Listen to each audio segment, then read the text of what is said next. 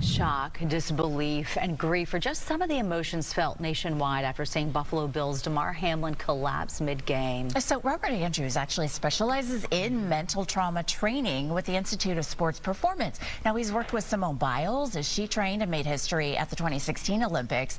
And he says many will need a lot of help to kind of address the trauma that they saw Monday night. So, you know what? Thank you for bringing your perspective. I know at home, a lot of people were feeling, the sadness. But also, I wonder about the players, even not on his own team, who we saw reacting so emotionally, but just players even from other teams. What did you see, and what do you expect to see next time they're on the field? Well, it was obvious that the Bills players were beyond shocked, and the Bengals players as well. But I think the incident like this just doesn't happen to Damar. It happens to everybody within that system: the athletic trainers, the medical staff, the coaches, the players, the family members. So they're going to need support. They're going to need help with this. Let's talk about some signs of trauma, of reaction, of witnessing something like this. If someone's truly bothered by it, what would be a warning sign? They start to isolate and disconnect from people, or they might go the other route where they become agitated, easily angered. They might start using drugs and alcohol, sleepless nights, nightmares. But with trauma like this, they're going to have intrusive images because there's a part of the brain that actually takes images of those experiences. Then it loads them up with pain and emotion and the color, the feel, and all that. That's going to be very vivid in their minds. So they're probably going to need some help processing what they experienced with the trauma as well.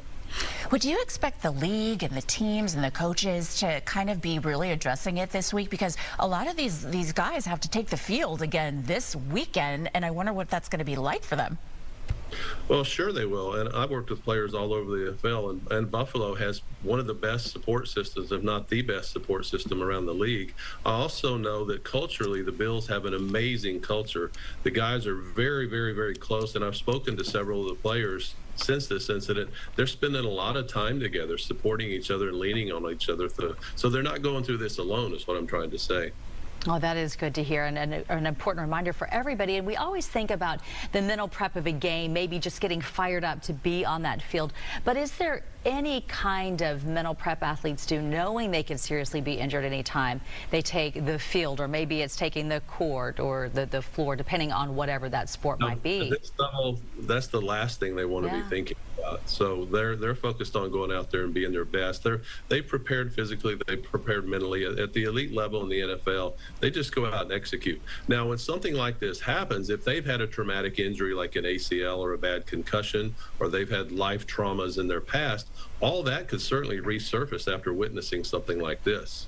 You know, it's not only the NFL, too. We have college teams, we have high school teams, we have kids who are playing as well. So do you think that maybe they're focused on other injuries? Normally when you think of football and injuries, they're focused on concussions and head injuries, but now this is a whole different part of the body that they're focused on. Well, this is rare. What I typically see are ACLs, Tommy John, broken ankles, concussions, broken collarbones. This was a pretty freak deal because the heart had to be beating at the exact moment in time, and the hit from the helmet had to come at the exact specific point in the heart. So this is pretty rare air we're dealing with here. And what advice do you have for any player, no matter what their sport is or what level, and coaches who are struggling and then needing to move forward with all this?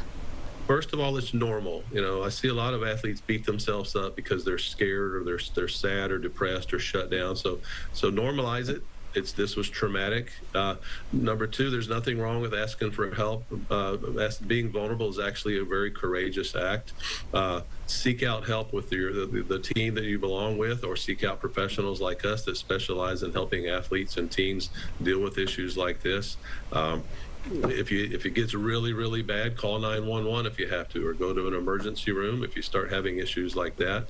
But my main point would be, don't go through something like this alone.